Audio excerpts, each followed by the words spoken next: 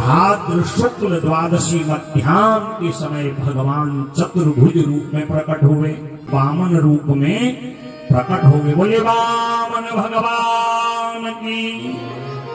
तम वटुम वामनम दृष्ट्वा मोदमाना महर्षयः कर्माणि कारयामासु पुरस्कृत्य प्रजापतिम। प्रजापति कश्यप महाराज जी ने अपने पुत्र को जब देखा बड़े आनंदित हो गए। प्रहलाद के बेटा जो विरोचन हुए और विरोचन के बेटा हुए बलि। तो राजा बलि उस समय राक्षसों के राजा बने और अपने पिता दादा की तरह बड़े पराक्रमी हुए। और ये ब्राह्मणों के बड़े भक्त थे। ब्राह्मणों को बुला के बड़े बड़े अनुष्ठान करते, खूब दक्षिणा देते, ब्राह्मण इनको आशीर्वाद देते। एक ऐसा रथ दे दिया, राजा बलि इस रथ में बैठ के जब जाता था देवता भी घबरा जाते थे। और भयंकर देवासुर संग्राम, और ये संग्राम आज से नहीं पहले से चला है। प्रभुता की लड़ाई है, ये संपत्ति मेरी, ये मेरा। एक दिन शुक्राचार्य ने बलि से कहा, ये लुका छिपी कब तक रहेगी? तुम कभी देवताओं को पराजित करते, कभी देवता तुमको पराजित करते। क्यों न तू एक ऐसा यज्ञ कर, तू स्वयं ही देवता रूप इंद्र बन जा। कहा गुरुदेव आप कराओगे? हाँ। और तब जो है आज इस राजा बलि ने सुंदर एक एक करके 99 यज्ञ पूर्ण किए। जब 100वां यज्ञ आरंभ हुआ तो उस समय देवता घबरा गए। कश्यप और मां अदिति के पास आए। अदिति ने पयोव्रत धारण किया। भगवान नारायण की 12 दिन तक की पूजा, ओम नमो भगवते वासुदेवाय, दूध से भगवान को भोग और दूध ही प्रसाद रूप में ग्रहण किया है। और यहाँ नर्मदा नदी के किनारे राजा बलि का 100वां यज्ञ पूर्णाहुति की ओर जा रहा है। और पूर्णाहुति हो गई तो स्वर्ग से देवताओं को भागना पड़ेगा। देवताओं ने मां अदिति की प्रार्थना करी, कश्यप महाराज की। नियम संयम पूर्वक पयोव्रत आज मां अदिति ने धारण किया। भाद्र शुक्ल द्वादशी मध्याह्न के समय भगवान चतुर्भुज रूप में प्रकट हुए। अदिति माता और कश्यप से कहा आपको क्या चाहिए? कहा हमें आप ऐसे नहीं, बालक रूप में, आप ही का जैसा बालक चाहिए। भगवान ने कहा मेरा जैसा तो नहीं हूं। और उसी समय भगवान 8 वर्ष के वामन रूप में प्रकट हो गए। बोले वामन भगवान की। तम वटुम वामनम दृष्ट्वा मोदमाना महर्षयः कर्माणि कारयामासु पुरस्कृत्य प्रजापतिम। प्रजापति कश्यप महाराज जी ने अपने पुत्र को जब देखा बड़े आनंदित हो गए। मां ने उनको लोक लज्जा निवारण के लिए कौपीन आदि वस्त्र दिए। पृथ्वी ने अनेक प्रकार के उपहार, ब्रह्मा जी ने कमंडलों, सरस्वती माता ने स्वयं अक्षमाला प्रदान करी। स्वयं वेद माता गायत्री प्रकट होकर उनको मंत्र प्रदान करती है। गुरु जी ने यज्ञों को धारण करा के उनको दीक्षा दी। और जब गुरु दीक्षा देता है तो चेला भिक्षा देता है। कहा गुरु जी आपने हमें सब ज्ञान दिया है, दीक्षित किया है, आपको क्या भिक्षा चाहिए? कहा देख जजमान, जैसा जजमान वैसी दक्षिणा। तुम कोई छोटे मोटे जजमान थोड़ी हो। अगर तुम मुझे तीनों लोग ला के दे दो तब मेरी दक्षिणा पूरी। गुरु जी आप जैसा कहें। और वामन भगवान छत्र, दंड, कमंडलु, अक्षमाला और पांव में सुंदर खड़ाऊ पहन के जब नर्मदा नदी के किनारे गए, आज भगवान का दिव्य रूप देख करके तम नर्मदस्या तट उत्तरेर्वले यह ऋत्विजस्ते भृगुकच्छप संज्ञके। नर्मदा नदी के किनारे यज्ञ पूर्णाहुति की ओर है। और यज्ञ में कोई साधु ब्राह्मण संत अगर आ जाए बिना निमंत्रण के तो समझ लो कि हमारा यज्ञ का पुण्य हमें प्राप्त हो गया। और जैसे ही वामन भगवान आए, बलि कहते गुरु जी थोड़ी देर रुको। ऐसा अद्भुत ब्राह्मण तो कभी देखा ही नहीं।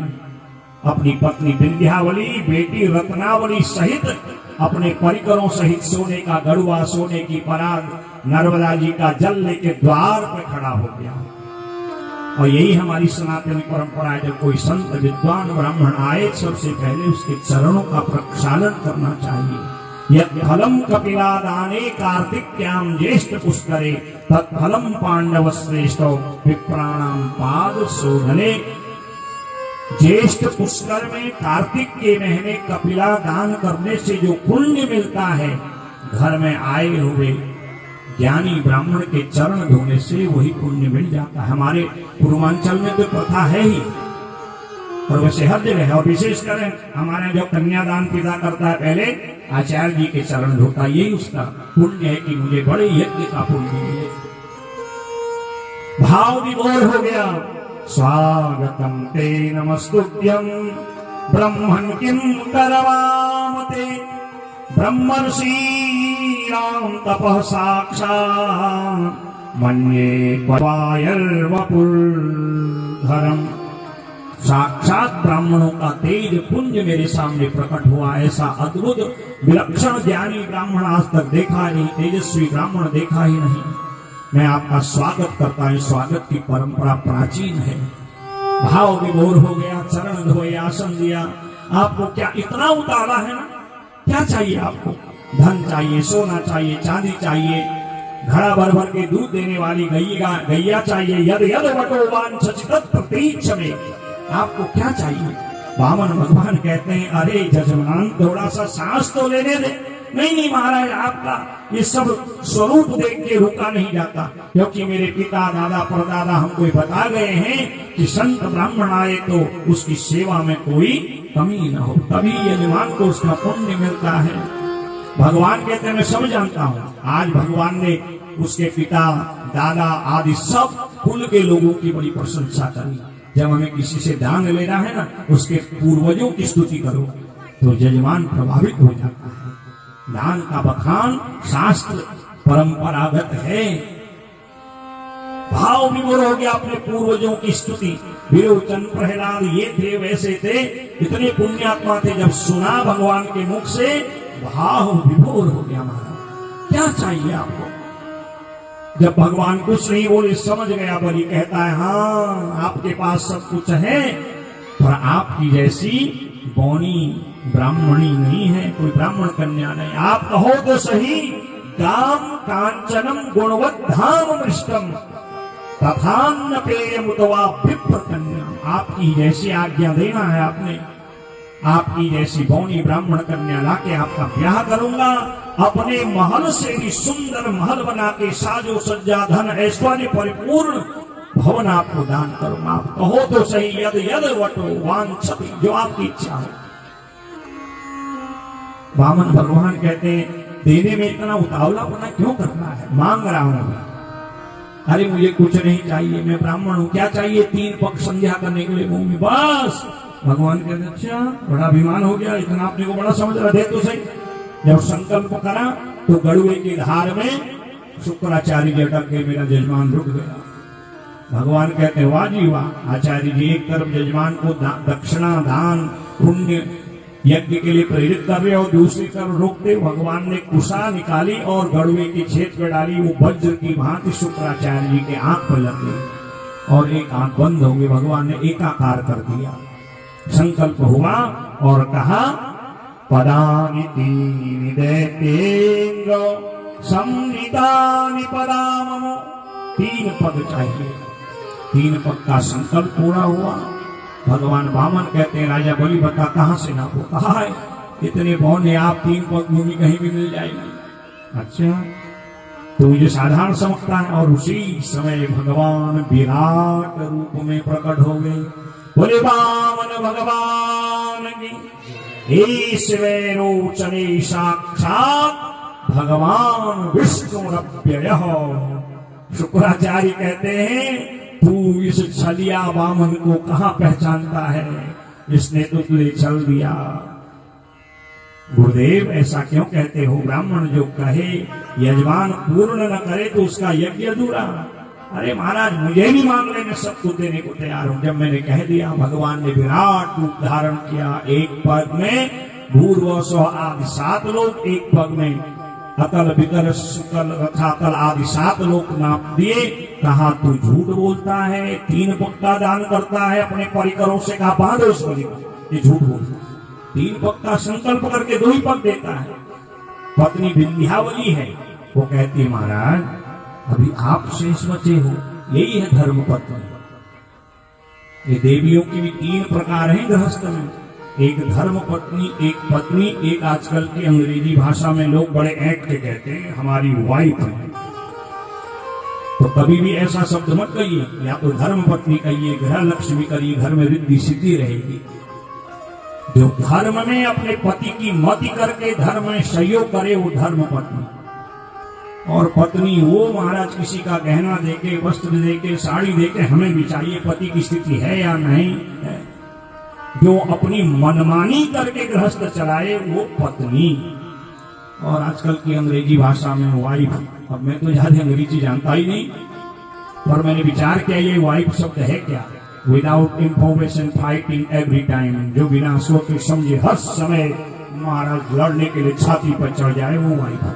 जब आपको विचार करना है वाइफ बनना है पत्नी या धर्म पत्नी, इसलिए विंध्यावली की तरह धर्म पत्नी बनिए, घर में रिद्धि सिद्धि बनी रहेगी। भगवान ने तीसरा मस्तक राजा बलि के मस्तक पे रखा है, तीसरा पद। स्वयं बलि कहता है करो मृतम तत्र भवेत् प्रलंबनम पदम तृतीयम पुरुषीश्वरी में। यदि आप मुझ पर कृपा करें, मैं विशेष बचा हूं, आपने मेरे को थोड़ी ना पाया। बड़ा अहंकार हो गया देने का मुझे इस मस्तिष्क में, इसलिए मेरे सर पे पांव रखो। भगवान ने राजा बलि के मस्तक पे पांव रखा। बलि मांग्यो वैकुंठ पद भेज दियो पाताल लोक भेजा पे भगवान को दया। कहा देखो इसने अपना सर्वस्व लुटा दिया, इतना बड़ा इसका कुटुंब है, करुणा विधान की करुणा जाकर के। कहा तू मेरा अनन्य भक्त, तेरा जैसा आज तक कोई भक्त नहीं। तेरे पिता, तेरे दादा मेरे अनन्य भक्त, आज तू उनसे भी श्रेष्ठ है। सुतल लोक का राज्य दे दिया। कहा प्रभु अब मैं भी मांगू। कहा बस आप मेरे राज्य के द्वारपाल चौकीदार बन जाओ। अरे बलि वाह, क्या कहना तेरा। 6 माह हो गए भगवान को चौकीदारी करते। लक्ष्मी जी सोचती हैं आज आएंगे, कल आएंगे, परसों आएंगे। ओ भैया ने चौकीदार बना दिया। स्वयं ब्राह्मणी का भेष बना के गई, 6 माह तक सेवा करी। श्रावण शुक्ल पूर्णिमा के दिन बलि से कहा तू मेरा भाई है, मैं तेरे हाथ में रक्षा कलावा बांधती हूँ। और जब बहन भाई के हाथ में रक्षा सूत्र बांधे तो भाई कुछ न कुछ देता है। बलि ने कहा क्या चाहिए। कहा जो तेरे द्वार पर खड़ा द्वारपाल है ना उसको दे दे। कहा वो कुछ साधारण थोड़ी है, तो साक्षात त्रिलोकीनाथ नारायण है। और उसी समय ब्राह्मणी रूप में लक्ष्मी ने अपना दिव्य रूप धारण किया। बोले लक्ष्मी नारायण भगवान।